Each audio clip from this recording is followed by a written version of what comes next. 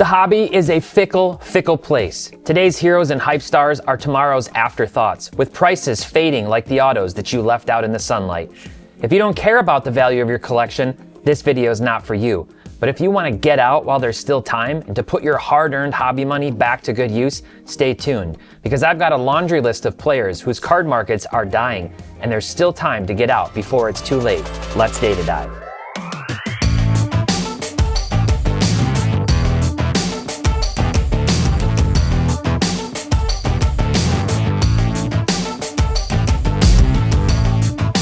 Hey everyone, welcome back to another Data Dive. My name is Tyler Nethercott, better known as Teapot, and I hate to be the bearer of bad news. I've done videos on this subject in the past, but most cards eventually lose a significant amount of their value.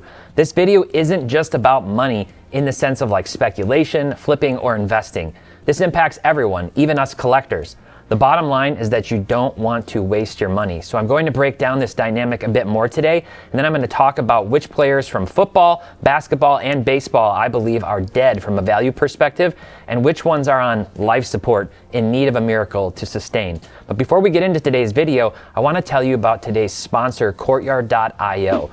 Courtyard's digital vending machines give you a chance to score big on packs at affordable price points. Not all repacks are created equal or with honesty. And what I love about Courtyard is the total transparency about the price points and chase cards in each of their packs. You can see the odds expected on this $25 basketball starter pack. $5 to $15 value, 31%. Obviously, you'd be losing on that. 37% is going to be $15 to $25, right around the value.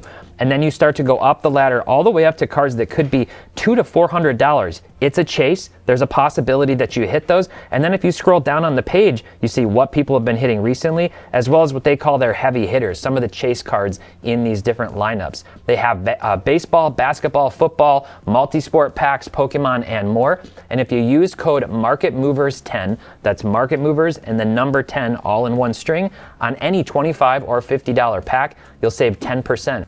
All right, so let's get into this idea that most cards will decrease in value over time. The bottom line is that if players don't stand up as one of the top 1 to 3 players in their respective era, they will decrease in value, and many of them significantly over time. There's what I call the shiny object syndrome when players' cards first hit the market. Doesn't matter if it's their Bowman first or their rookie cards. When the hype gets collectively into the hobby and they get excited, they start overpaying for what we call pre-baked expectations about those players' careers. And if they don't meet those pre-baked expectations, their cards go down and down and down, some all the way down to $10 or less for cards that once may have been hundreds, if not thousands of dollars. And even when some of those players do deliver on their pre-baked expectations, their cards still decrease in value.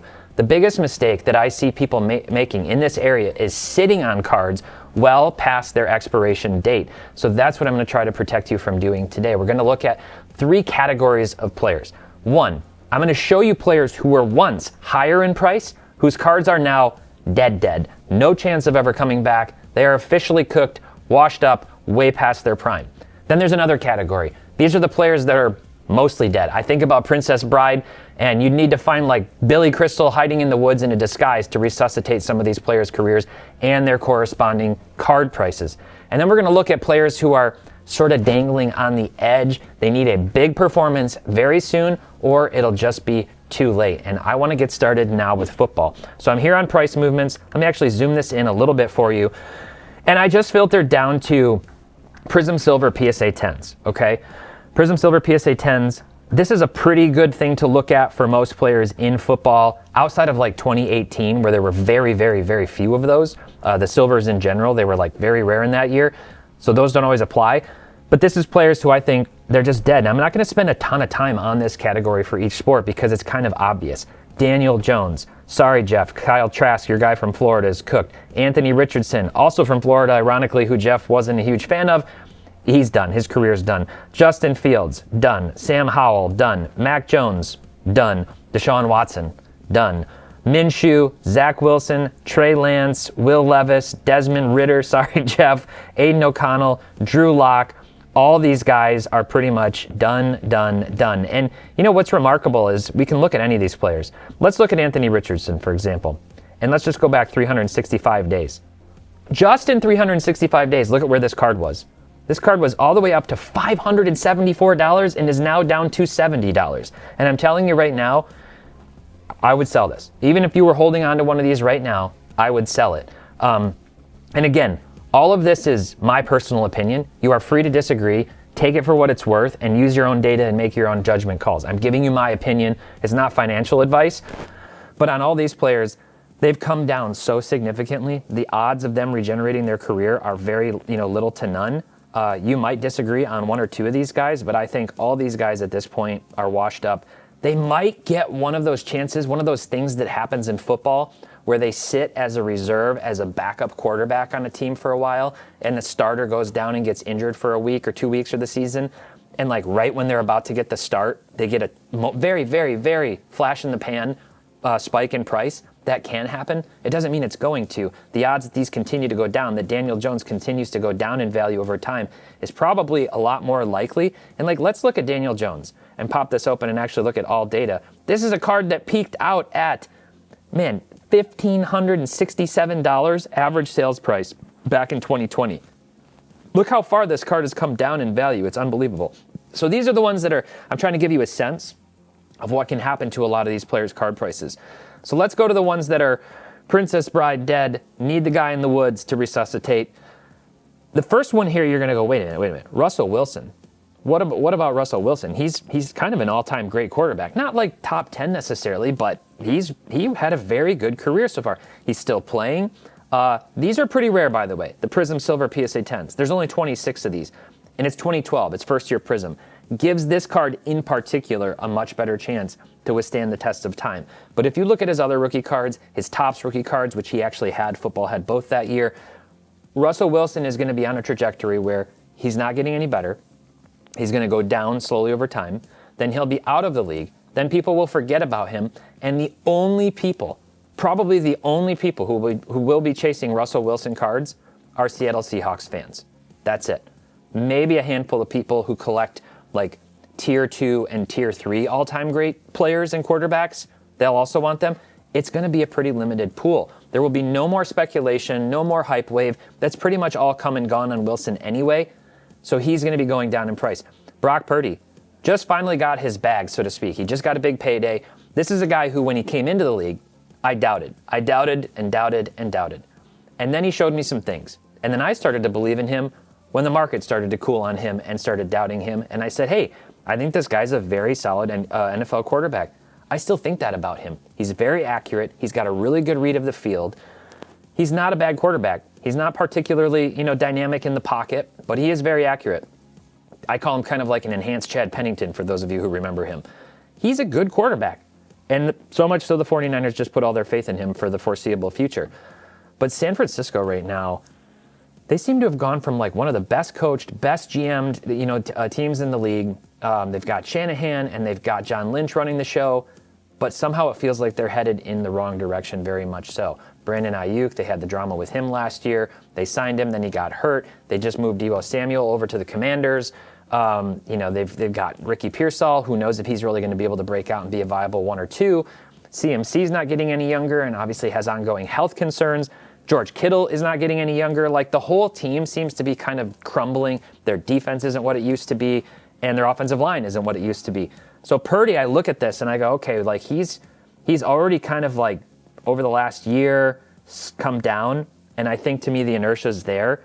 I just don't see the 49ers having a very good season this year, and I don't see Purdy's cards holding up. Sam Darnold, nice comeback last year for Sam Darnold with the Vikings, and then he choked in the last few games of the season against the Lions, and now he's over to the Seahawks, and I think it's just too late. The ship has sailed on Sam Darnold. Tua, concussions, there's so many issues. I considered putting Tua in this one or in the next category where like maybe he could have like a big season, but I don't see that happening. I don't see it happening. I think the effect with their head coach is kind of worn out. I just don't see the Dolphins being competitive from my perspective in this coming season, and I think Tua's card prices are just going to keep going down from here. I think we're going to see Tua down in that Daniel Jones price point 1 year from now, down to like $100. Same thing with Kyler Murray. Arizona still I don't see as being like particularly competitive. Maybe he'll find the chemistry that we all expected him to have consistently with Marvin Harrison last year. And then Dak, injuries, washed up, Cowboys. You want to think like this guy's got sustainable value because he's a Cowboys quarterback and that they would prop it up, but he's already down to $133. This guy, and this is a card that he less than a year ago was at $230. It's basically halved since then. And it's probably going to keep going down. Maybe it sort of hits its floor. Maybe this is its floor, and you could argue there's upside. There are almost 1,600 of these in PSA 10. I don't think there's a lot of hope for Dak Prescott's cards. Jameis Winston is one of the funniest people on earth to listen to, in my opinion. He's absolutely hilarious, and I hope he has some kind of entertainment career after he's out of the league. But nobody cares about his cards from a price perspective. And then Derek Carr, he retired. And so now he's an afterthought. Vegas Dave's once big pick is now a bust. All right, let's go into the category of guys who I think it's like time to show up, time to do something and do it big, or they risk moving into that category that we just talked about where like there's too much downward inertia, there's too many shiny new objects. Even if they have a breakout 2 years from now or 3 years from now, is anybody really going to care? The first one is Justin Herbert, who frankly I think is still a top 5 to 6 quarterback in the NFL. Herbert is incredibly talented. He's mobile. He's got an awesome arm. Last year I was very high on him, and I predicted that Jim Harbaugh would turn the Chargers around and that would help Herbert's card prices. Harbaugh did turn the Chargers around, in spite of not having a lot of weapons. And Herbert only had 3 interceptions last year. The problem is he only had like 23 touchdowns. He didn't do a ton. They're kind of doing that balanced run and pass attack, a little bit of conservative on the offense. Justin Herbert needs to have numbers like Joe Burrow. He needs to put up like 40-plus touchdowns. He needs to be throwing the ball for 4,500, 5,000 yards and really moving the ball up and down the field, and he needs more weapons to be able to do that. Ladd McConkey was a really nice add. Does he have enough now to make that happen? I don't know. I'm hoping so. I really like Justin Herbert. I want to see him break out, but if he doesn't this season and take another big step, there's a lot of money into Justin Herbert cards, and I think people are going to want to get out and then move into other stuff, and that's just going to set the wheels in motion downward. Jordan Love. I know some of you are going to disagree with me on this one, because Jordan Love, he kind of came onto the scene later, but these guys are both 2020 draft picks. We're now 5 years into the league. So at what point do people say, I don't know. I think he's going to be with the Packers for a while, but that's a tough division. It's honestly a really tough division. You obviously got the Lions. You've got the Vikings, who surprised a lot of people last year, and nobody knows what McCarthy's going to do. The Bears are on the up, much to my chagrin. They're headed in the right direction and stealing coaches from my team. So the Packers are going to have to compete, and I've never been sold that Jordan Love is a tier 1 quarterback in spite of how many people prematurely pre-baked a lot of expectations into his card prices. So we'll see. Trevor Lawrence, you guys know the story. Last spring, a year ago, was my pick to have his card prices go down, and I was exactly right. I was exactly right about that. So just looking at the last 365 days, look what's happened to T-Law's cards. He was up at $1,000, $1,000, $1,100, and then he plummeted down to $348. This is why, when I look at these card prices, this isn't about me. This isn't about ego. That's not about anything like that. It's just about the fact that I've seen the data. I've seen the trend on enough of these players to know that these card prices can plummet. There's only 136 of this particular card in PSA 10 condition. It was a very tough gem rate that year. You can click on this, 872 9s, 492 8s. Really bad gem rates from Prism in 2021. But still, the prices are coming down. The point stands. Now, this has rebounded. It's rebounded all the way back up to $728. And it's funny, I said back at this point, maybe he was a buy at this point, and then he gets Travis Hunter, and he's got weapons that people are excited about, but he's got to do it. This year, he's got to do it. T-Law, you got to do it. You got to show up this year in spite of the dumpster fire that is that organization. You got to show up and be the leader and execute and get Hunter and others the ball and have a big season. Otherwise, you're going to see this card back down to this price point this time next year, if not lower, if not down into that $200 price range. You got CJ Stroud. I debated putting Stroud on this list. I really debated it because I believe he's a really, really talented quarterback, but he regressed. There was a sophomore slump last year, and he regressed, and I don't know what to make of that team and their offense. And so we'll see what happens. I think Stroud needs to have a big season.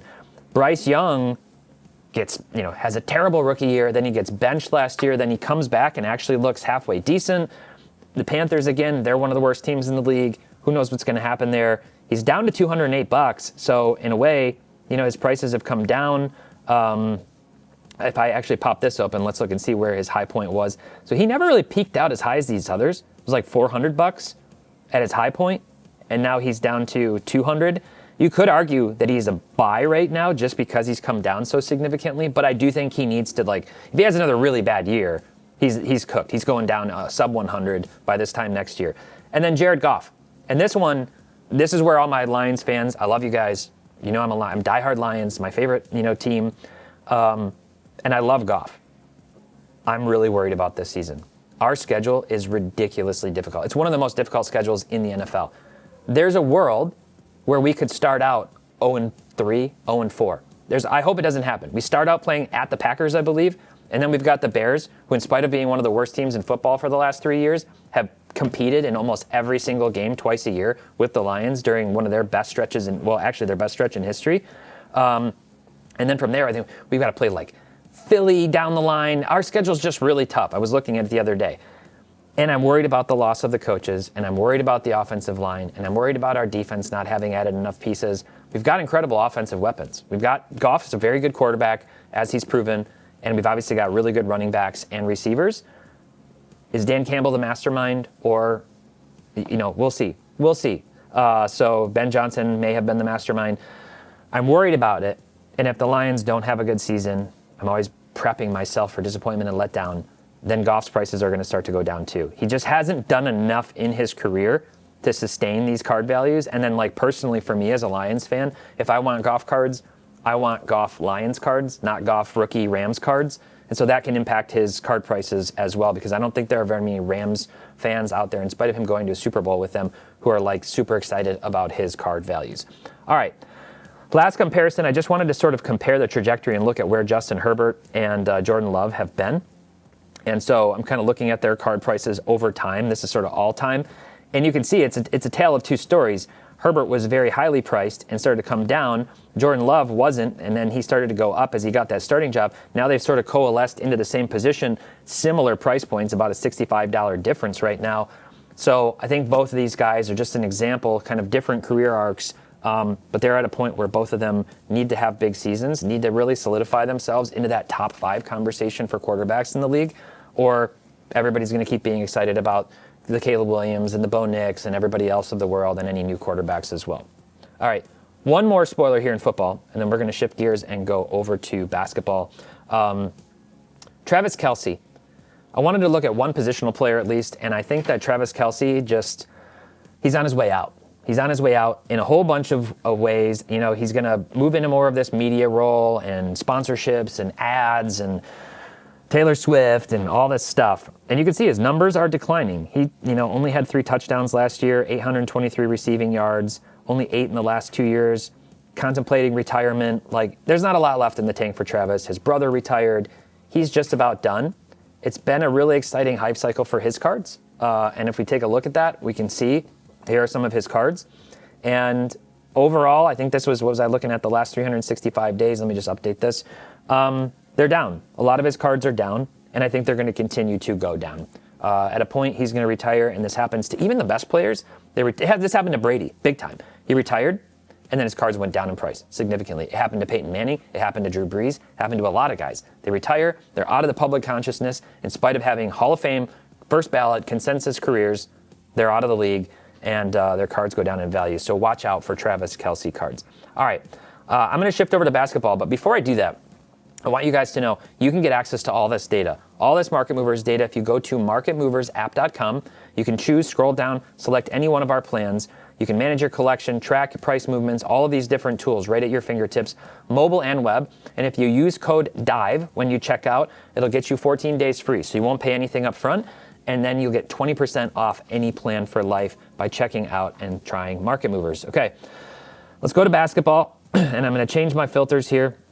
Let's look at the deads. I'm going to go quickly through these. We got Brandon Ingram, Kobe White, Jordan Poole, Lonzo Ball, Malik Monk, Emmanuel Quickley, Rui Hachimura, Kyle Kuzma, Lonnie Walker, John Collins, PJ Washington, and Bol, the infamous Bol to the moon.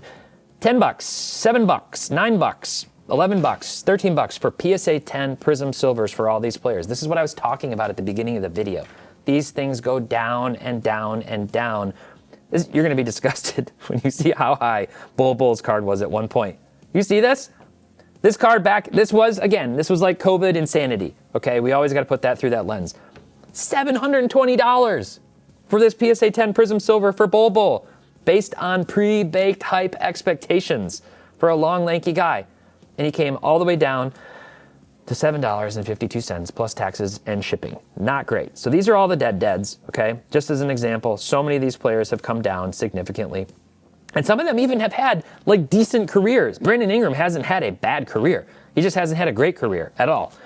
So let's go into the dead, gotta find the guy in the woods to resuscitate. Jimmy Buckets. Legend in the playoffs. All-time grit. All-time competitor. Polarizing. Some teammates loved him. Some teammates and coaches hated him. You know, kind of moving from team to team because of that dynamic. A bit of a lot of drama surrounding Jimmy. I'm a big fan, actually. I like his game. Always wanted him on the Pistons because of how gritty he was.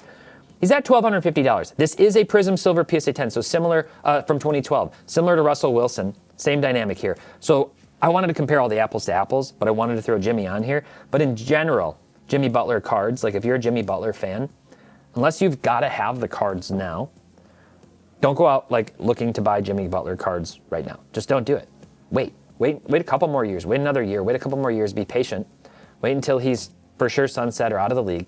And then you will pick up his cards and build your Jimmy Butler collection for pennies on the dollar.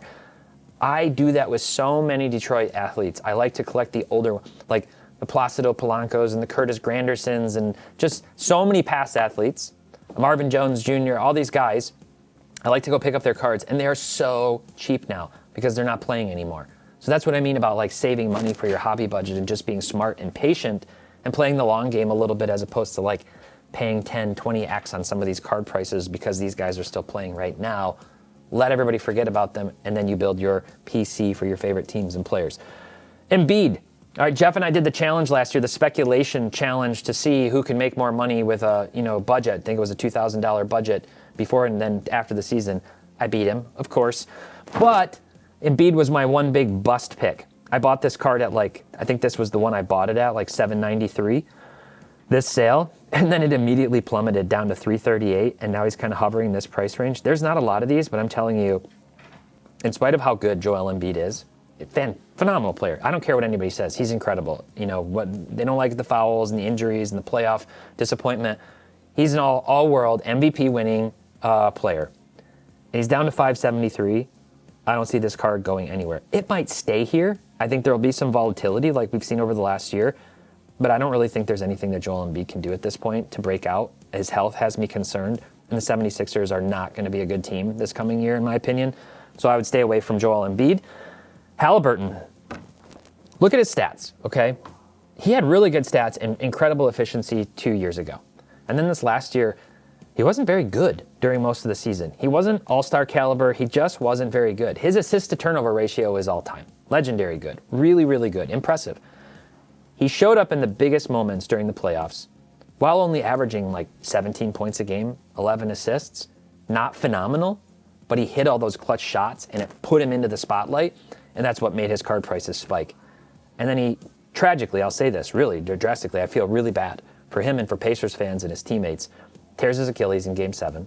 He's going to miss all of next year, and he's already not that good in a league that is crowded, incredibly crowded with guard talent. There is no shortage of guard talent at this point in the NBA. It's where most of the talent is, and he's not going to be back for a year. So I would sell his cards right now, personally, and I don't know if they'll ever come back.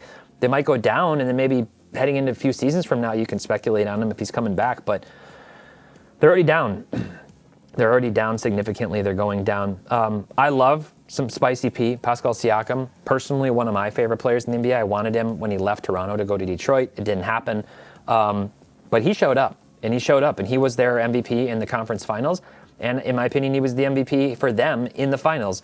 And his card price is just, he doesn't get any hobby love. He just doesn't get any hobby love. I don't think he goes anywhere from here. And it's the same thing with Jaylen Brown. I'm actually really surprised to see Pascal Siakam ahead of Jaylen Brown, because if we go back over the last year, Siakam was at $36.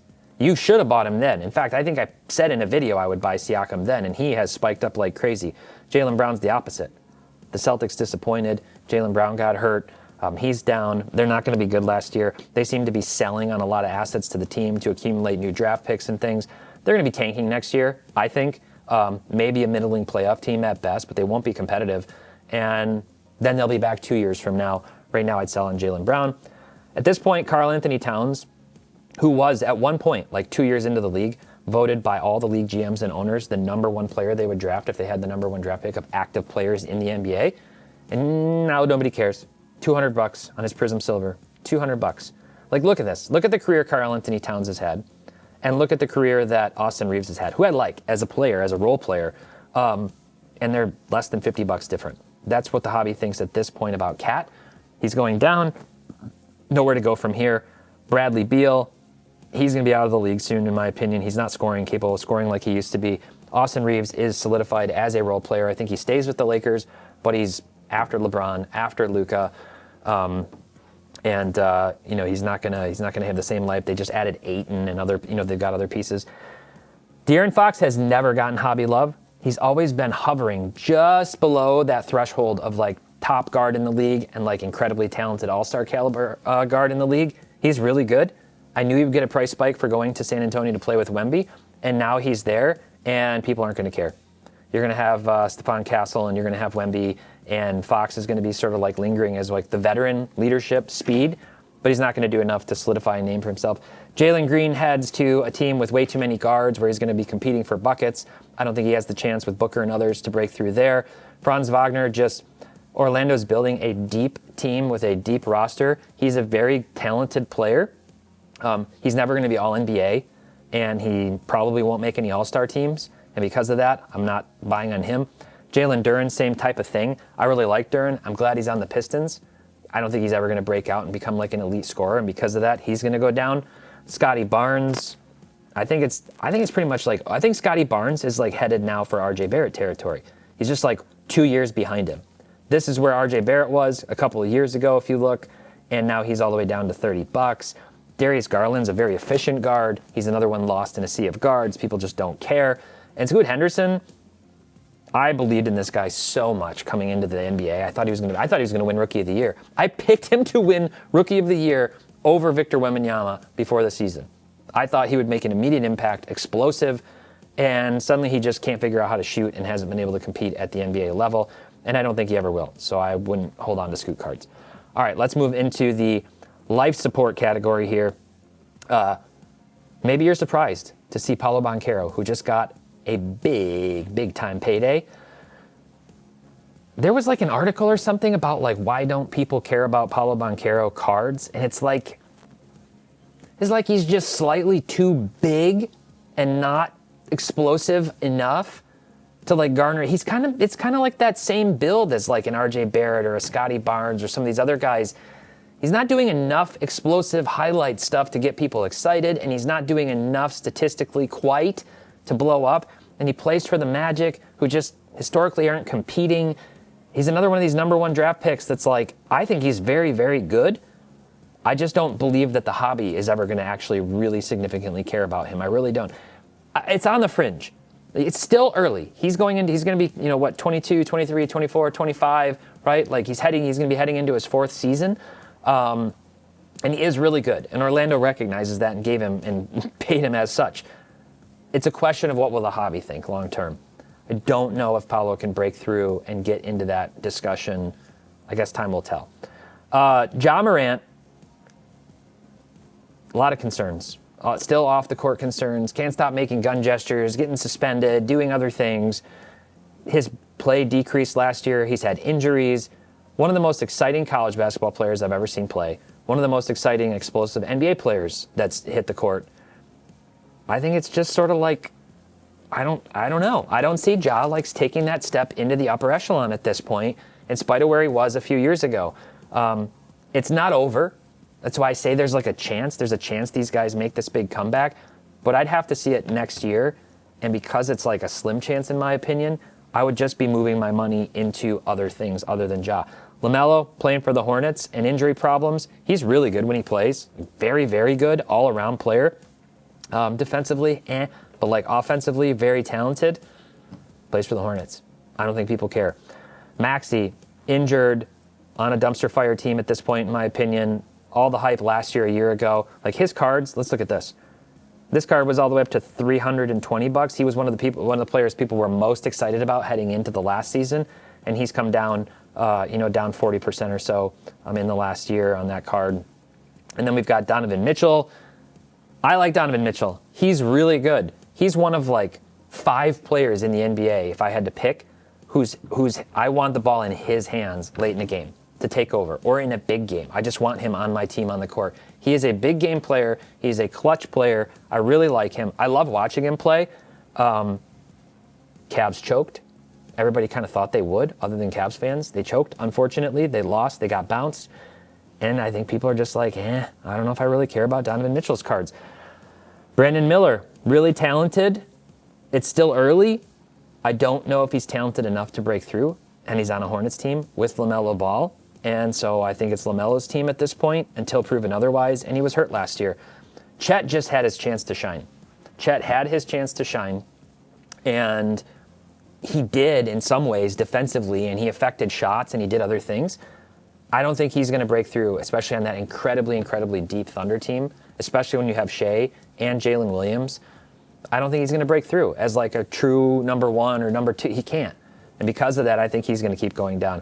Trey is the one that's really interesting here to me. He is so cheap now. $110 for a Prism Silver Trae Young. This is a card that was very high at one point. This card, all the way up to $3,700. And Trae Young offensively is incredibly good. He needs to make some changes to his deep shooting and stop doing that and get in the paint more and do more floaters and keep passing the ball with great efficacy. He could have like John Stockton and Jason Kidd, assist numbers if he really wanted to.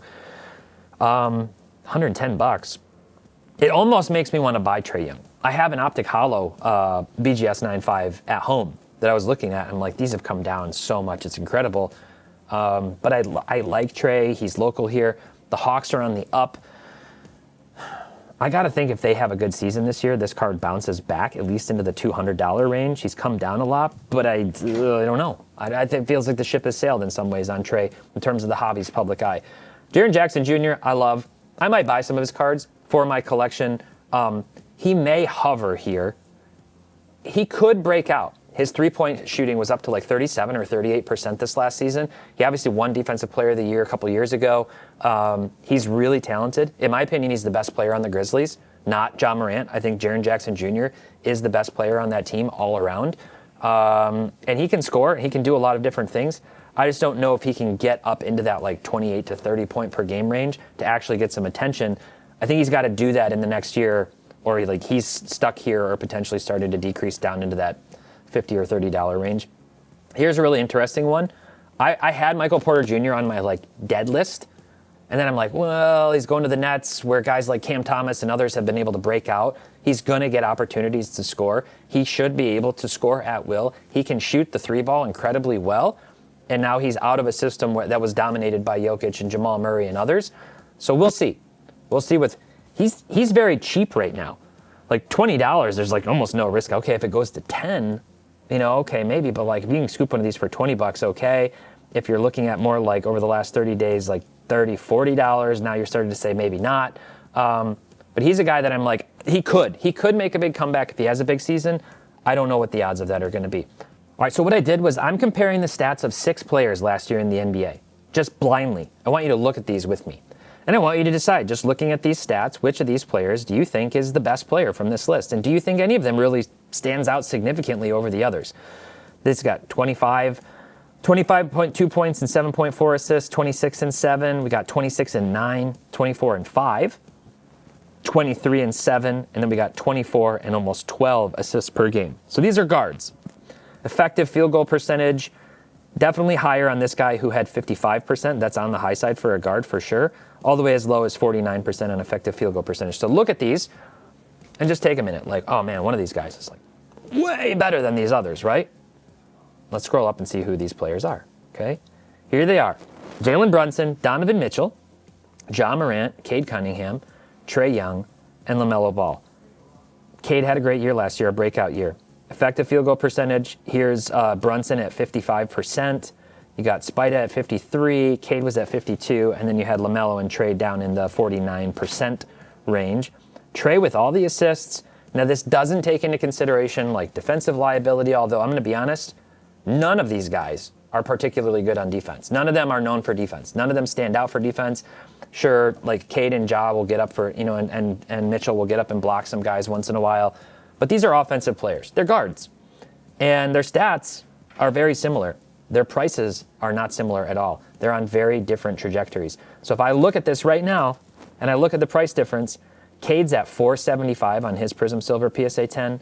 Then you've got LaMelo at $285. You've got Brunson at $315. Ja at $245. Mitchell at $280. And Trey all the way down at $110. And this has everything to do with the time they're in the league. Trey's been in the league for the longest, and his career arc has been kind of going like this. Brunson had a late bloom, and he blew up 2 years ago to his highest highs. And then last year had a solid season. And he's in New York right now, so people love him, and that increases his card market. But this is the story. This is the picture.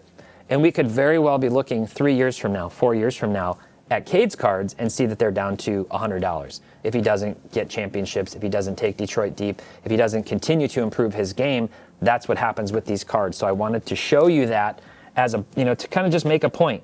It's not all about stats and performance. It's about the direction. It's about the velocity and the direction and the inertia of their career trajectory to look at their card prices over time, which is why so many of these guys have come down in price over the last 1 to 2 years.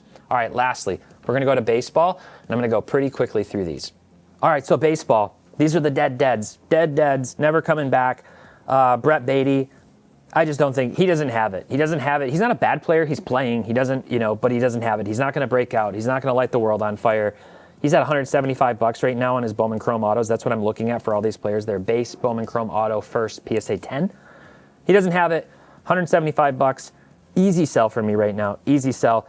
Luis Robert, he's done. His stats are terrible. He can't stay healthy. The White Sox are a dumpster fire. There's rumors he may get traded. I don't care. Even if he does, I don't believe that he's going to make a comeback. I don't know who's still paying $123 for Wander Franco cards at this point, but shame on you. Nobody should be paying anything for these cards. Some of his Dynasty RPAs just sold. Just, no. He's obviously done. Here's a crazy one. Mackenzie Gore, who actually is having a pretty solid season this year. He kind of had a breakout season this season as a pitcher. And yet he's at $81. He's dead. The hype is gone. Nobody cares about his cards. Royce Lewis, really good hitter when he's healthy and playing. Doesn't seem to be able to do that consistently. He's gone. CJ Abrams, good season. Strong player. Nobody cares at this point. Didn't do enough. Didn't meet expectations. $74. Noelvi Marte, Francisco Alvarez, Grayson Rodriguez. Joe Adell's having a breakout season this year. Finally having a breakout season. He's cheaper than he's ever been at $67. Brennan Davis, remember that name? Maybe you don't because nobody remembers anymore. Jared Kelnick, I was hopeful with the Braves that he could break out, that they could get him back on track, and instead he seems to have cursed the rest of the offense with strikeouts and inability to make contact. And he's not on the team anymore, down. Gavin Lux, Dylan Carlson, Marco Luciano, and Christian Pache, all these guys. Look at their prices. Dead. Let's look at Luciano and see how high he was at one point. Oh, this is so depressing. He's up at $1,200, $1,300, $1,400 range, and that card is now $25. That is the Bowman prospecting world.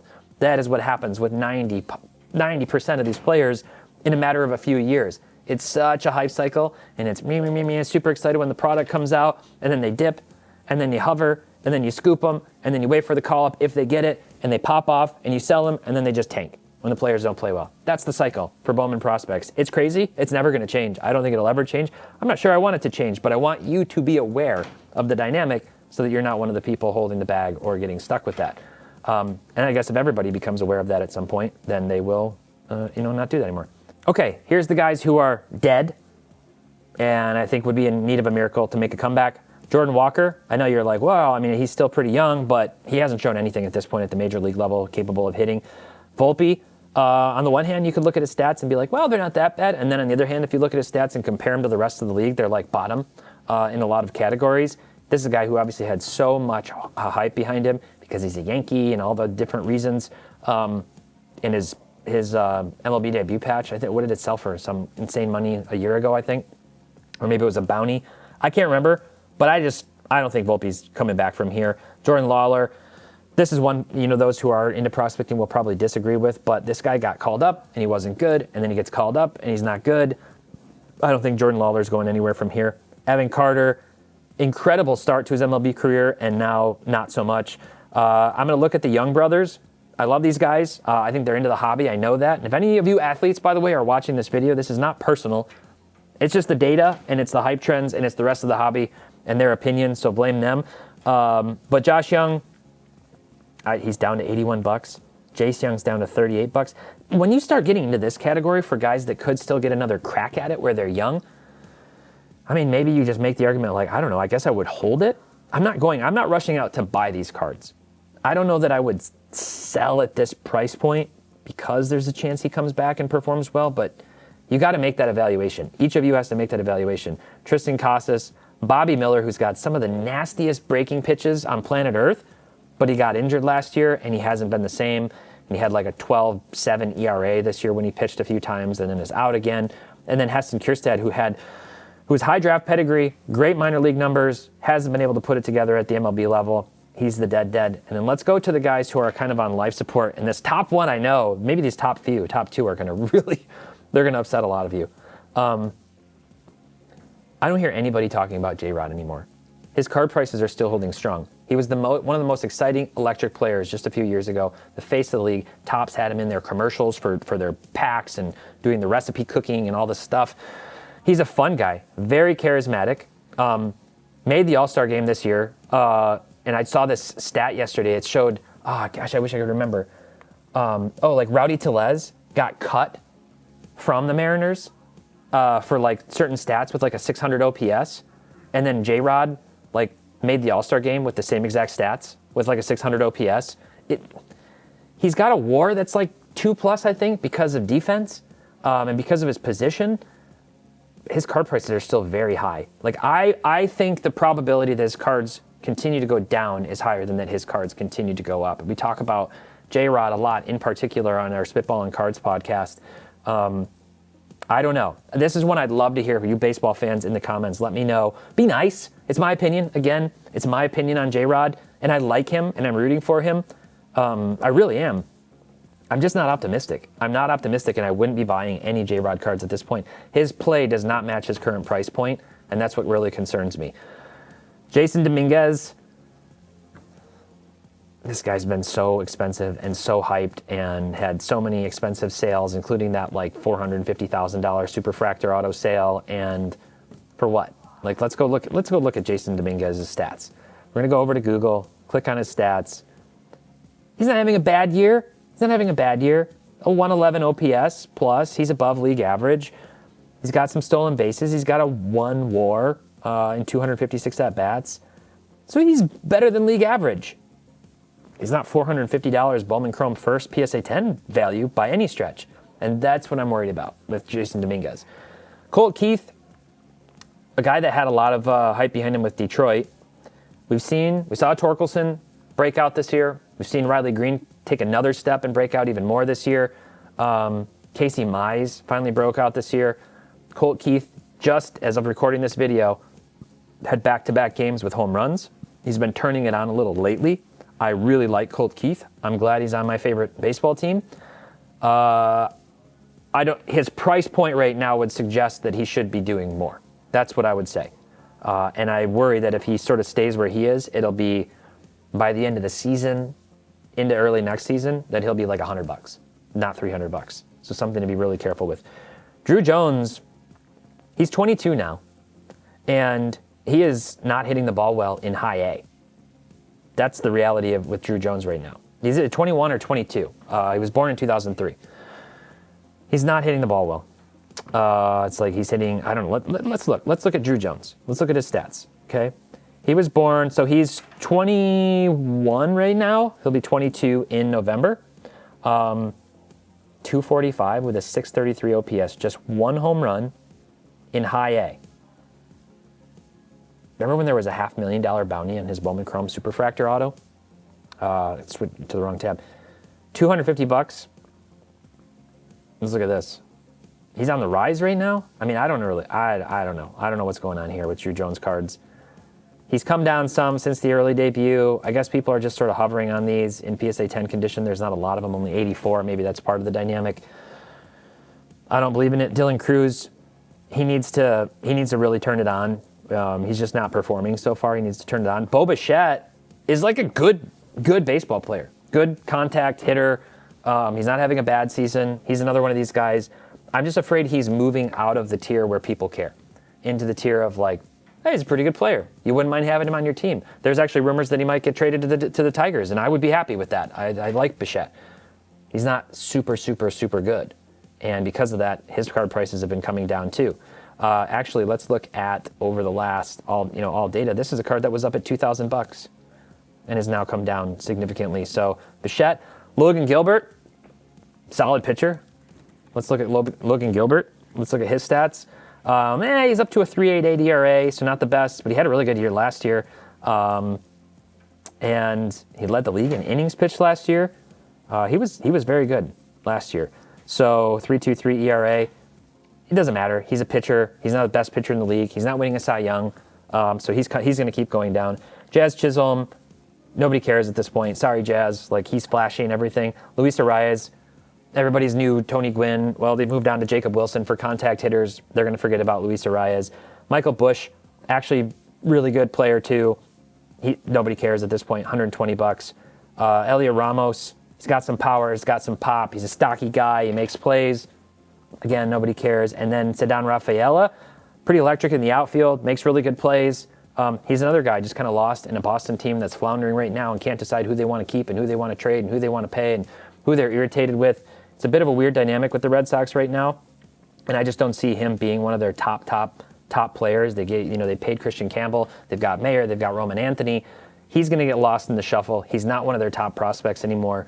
And because of that, I think he's going to need to break out and take things into his own hands in order to really perform. So, that's a lot. I know that was probably a very long video, but there's a lot of players. This is sort of like what you should, if you have a tool like Market Movers, you look at these prices and you can just scroll. You can just filter. I'll show you my filters. You just filter by the sport, PSA 10, different variations. You don't have to put in all the players. That's what I did to filter this down even more.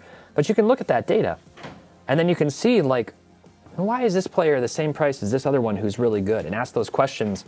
And then if you're holding those cards, say, what's the trajectory? Are they on the up? Are they on the down? Are they playing well? Are they playing poorly? Do I expect them to keep playing better or win a championship? These are all the questions you want to ask yourself. Not to mention just do they have that charisma and moxie that people like when they buy sports cards. So let me know what you think about this down in the comments. There's a lot more players. So if I missed anybody glaringly or somebody that you're like, oh, you got to sell this guy now. Or if you disagree, respectfully or not, whatever, tell me down below how wrong I am about such and such a player. And other than that, I really appreciate you watching. Go check out Courtyard.io, use code MarketMovers10, and check out Market Movers as well using code DIVE at checkout. And until next time, happy investing, keep on collecting, and make sure to have fun.